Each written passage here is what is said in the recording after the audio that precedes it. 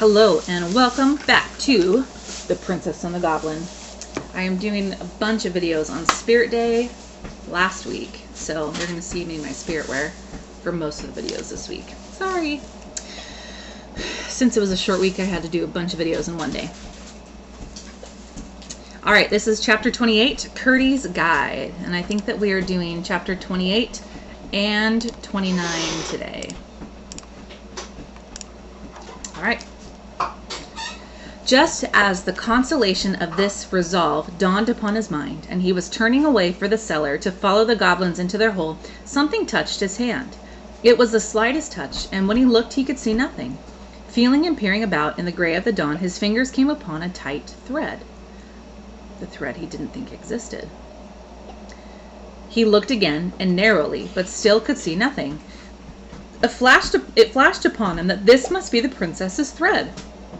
Without saying a word, for he knew no one would believe him any more than he had believed the princess, he followed the thread with his finger, contrived to give Ludi the slip, and was soon out of the house and on the mountainside, surprised that, if the thread were indeed her grandmother's messenger, it should have led the princess, as he supposed it must, into the mountain, where she would be certain to meet the goblins, rushing back enraged from their defeat.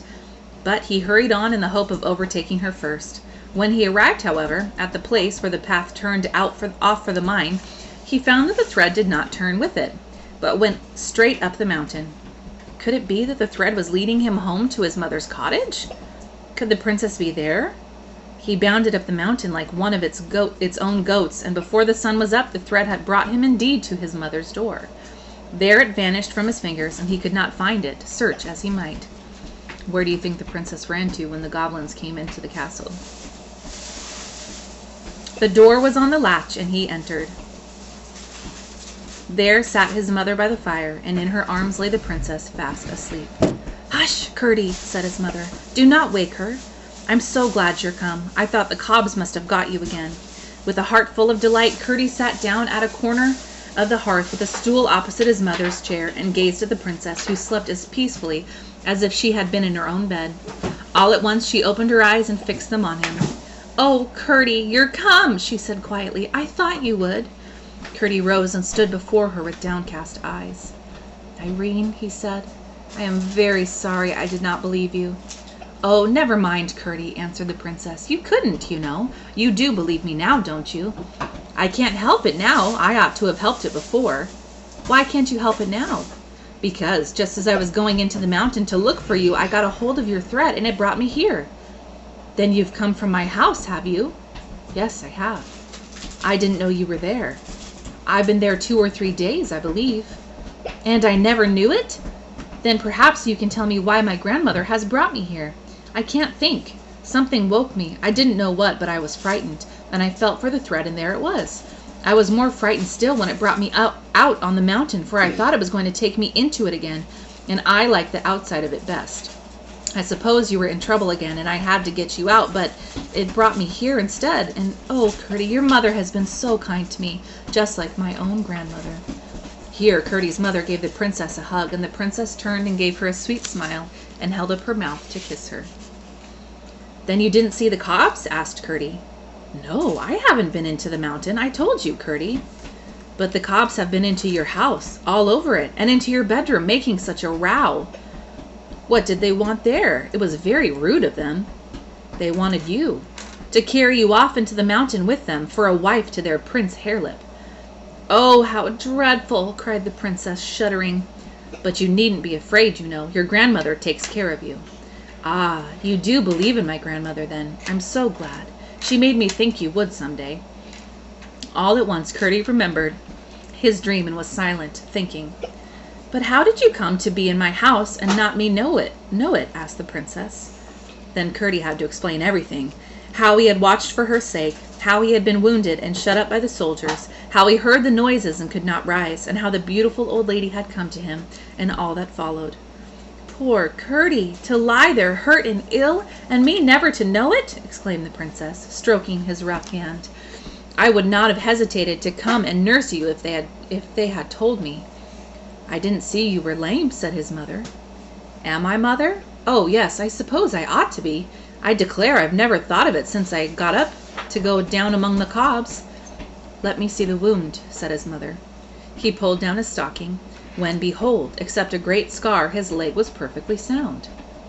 Curdie and his mother gazed in each other's eyes, full of wonder, but Irene called out, "I thought so, Curdie. I was sure it wasn't a dream. I was sure my grandmother had been to see you. Don't you smell the roses? It was my grandmother healed your leg and sent you to help me." "No, Princess Irene," said Curdie. "I wasn't good enough to be allowed to help you. I didn't believe you. Your grandmother took care of you without me. She sent you to help my people anyhow. I wish my King Papa would come. I do want so to tell him how good you have been." "But," said the mother, "we are forgetting how frightened your people must be. You must take the princess home at once, Curdie, or at least go and tell them where she is." "Yes, mother, only I'm dreadful hungry. Do let me have some breakfast first. They ought to have listened to me, and then they wouldn't have been taken by surprise as they were." "That is true, Curdie, but it is not for you to blame them much, you remember." "Yes, mother, I do. Only I must really have something to eat." So his mom is saying, "Well, remember, you didn't believe the princess and what she was saying, so why be mad at them for not believing you?" "You shall, my boy, as fast as I can get it," said his mother, rising and setting the princess on her chair. But before his breakfast was ready, Curdie jumped up so suddenly as to startle both his companions. "Mother, mother!" he cried. "I was forgetting. You must take the princess home yourself. I must go and wake my father." Without a word of explanation, he rushed to the place where his father was sleeping. Having thoroughly roused him with what he told him, he darted out of the cottage. Does anyone remember what could be so urgent? What was the other plan that the Cobbs had? He just remembered about it. Let's see. Chapter 29, Mason Work. He had all at once remembered the resolution of the goblins to carry out their second plan upon the failure of the first. No doubt they were already busy, and the mine was therefore in the greatest danger of being flooded and rendered useless, not to speak of the lives of the miners. When he reached the mouth of the mine, after rousing all the miners within reach, he found his father and a good many more just entering. They all hurried to the gang by which he had found a way into the goblin country. There the foresight of Peter had already collected a great many blocks of stone, with cement, ready for holding up the weak place, well enough known to the goblins. Although there was not room for more than 2 to be actually building at once, they managed, by setting all the rest to work in preparing the cement and passing the stones, to finish in the course of the day a huge buttress filling the whole gang and supported everywhere by the live rock. Before the hour when they usually dropped work, they were satisfied that the mine was secure. So they were fortifying the mine and getting it so that it's structurally sound in case the goblins decide to go with Plan B. They had heard the goblin hammers and pickaxes busy all that time, and at length fancied they heard sounds of water they had never heard before. Usually the goblins mine during the night and not during the day, so it's weird that they're both mining together. But that was otherwise accounted for when they left the mine, for they stepped out into a tremendous storm which was raging all over the mountain. The thunder was bellowing, and the lightning lancing out of a huge black cloud which lay above it and hung down edges of thick mist over its sides. The lightning was breaking out of the mountain too, and flashing up into the cloud. From the state of the brooks, now swollen into raging torrents, it was evident that the storm had been storming all day.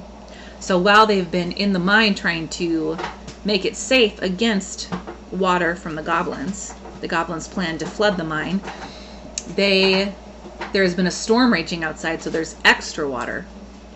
I wonder what that could do. The wind was blowing as if it would blow him off the mountain, but, anxious about his mother and the princess, Curdie darted up through the thick of the tempest, the storm. Even if they had not set out before the storm came on, he did not judge them safe, for in such a storm even their poor little house was in danger. Indeed, he soon found that but for a huge rock against which it was built, and which protected it both from the blasts and the waters, it must have been swept off if it had not blown away, for the 2 torrents into which this rock parted the rush of water behind it, united again in front of the cottage, 2 roaring and dangerous streams which his mother and the princess could not possibly have passed. It was with great difficulty that he forced his way through one of them and up to the door. The moment his hand fell on the latch, through all the uproar of winds and waters came the joyous cry of the princess, "There's Curdie! Curdie! Curdie!"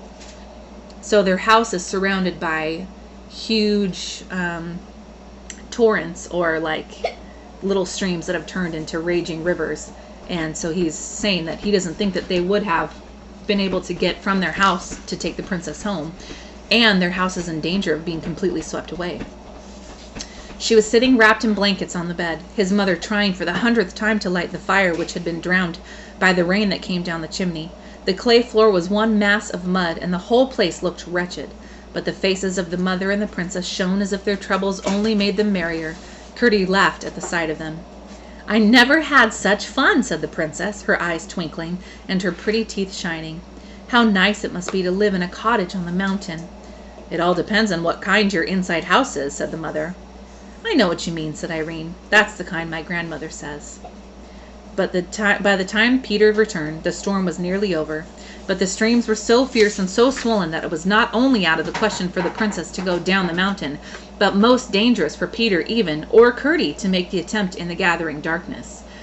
"They will be dreadfully frightened about you," said Peter to the princess. "But we cannot help it. We must wait till the morning."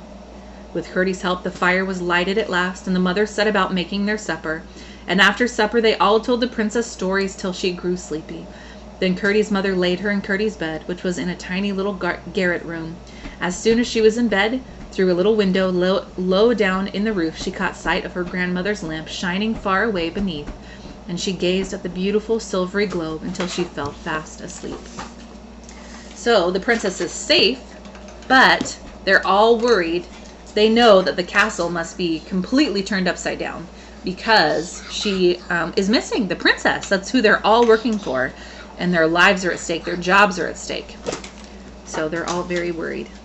All right, thanks for listening. Read along tomorrow.